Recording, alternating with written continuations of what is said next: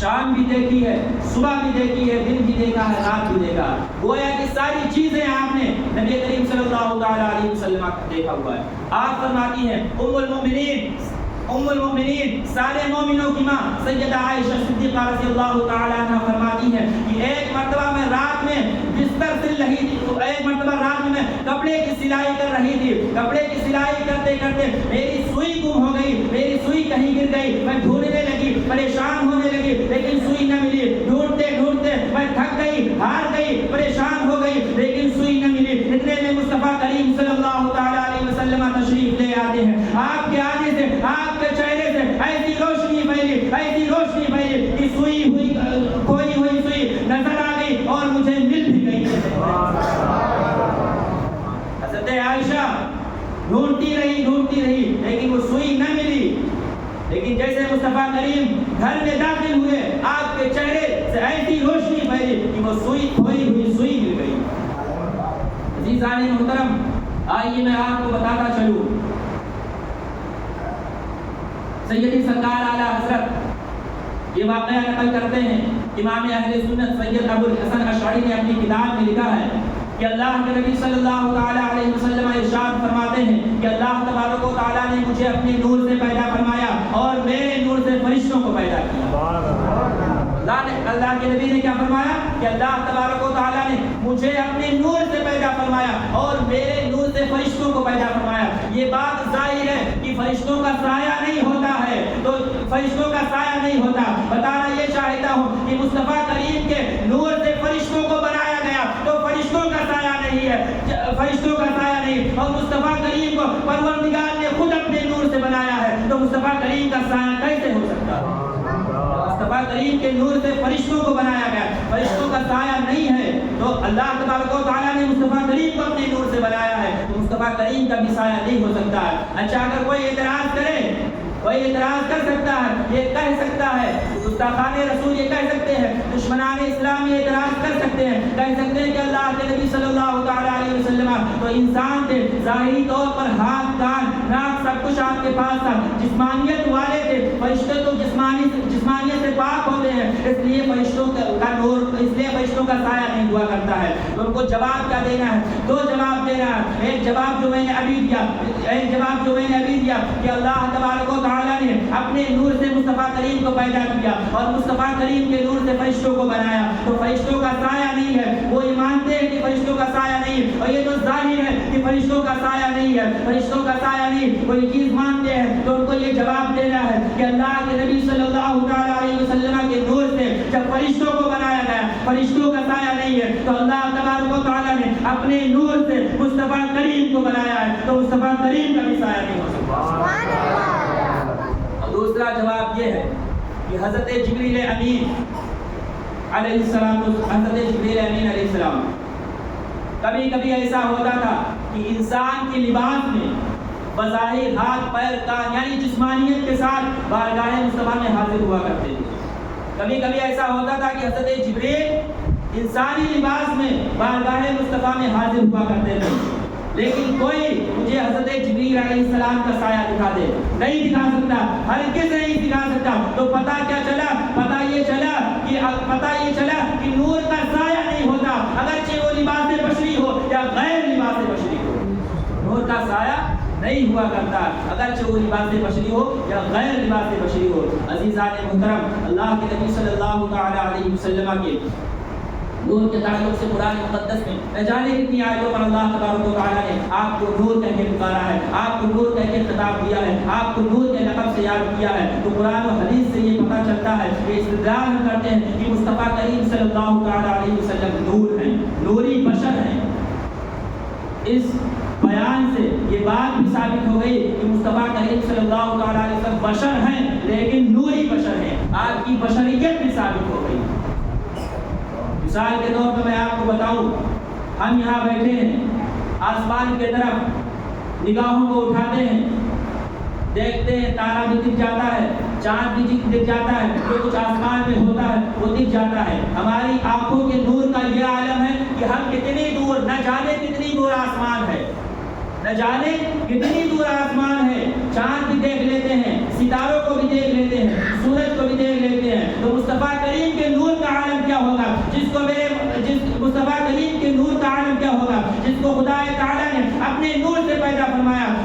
یہ چاہتا ہوں کہ جب ہم غلاموں کے نور کا یہ عالم ہے تو مصطفیٰ کریم کے نور کا عالم کیا ہوگا؟ ہمارا یہ عقیدہ ہے کہ مصطفیٰ کریم کی باتیں جہاں ہوتی ہیں، آپ کا ذکر جہاں ہوتا ہے، آپ وہاں حاضر ہوتے ہیں اور وہاں سے حاضر لے کر چلے بھی جاتے ہیں۔ جب ہم چند سیکنڈ میں آسمان کو دیکھ سکتے ہیں تو مصطفیٰ کریم چند سیکنڈ میں آ کر جا نہیں سکتے ہیں؟ بالکل جا سکتے ہیں۔ جب ایک چھوٹی سی آنکھ کے نور کا یہ عالم ہے کہ اتنی دوری پر ہم دیکھ لیا کرتے ہیں تو میرے مصطفیٰ بھی آ کر حاضری دے کر چلے بھی جایا کرتے ہیں۔ یہ ہمارا عقیدہ ہے۔ جس محفل میں مصطفیٰ کریم کا ذکر ہوتا ہے، مصطفیٰ کریم اس میں حاضر ہوا کرتے ہیں۔ عزیزان محترم، میں نے آپ کو چند باتیں بتائی، میں وقت زیادہ نہیں لینا چاہتا ہوں کیونکہ یہ روز کا پروگرام ہے۔ میں یہ چاہتا ہوں کہ آپ لوگ آئیں، تھوڑی باتیں سنیں لیکن برابر آئیں۔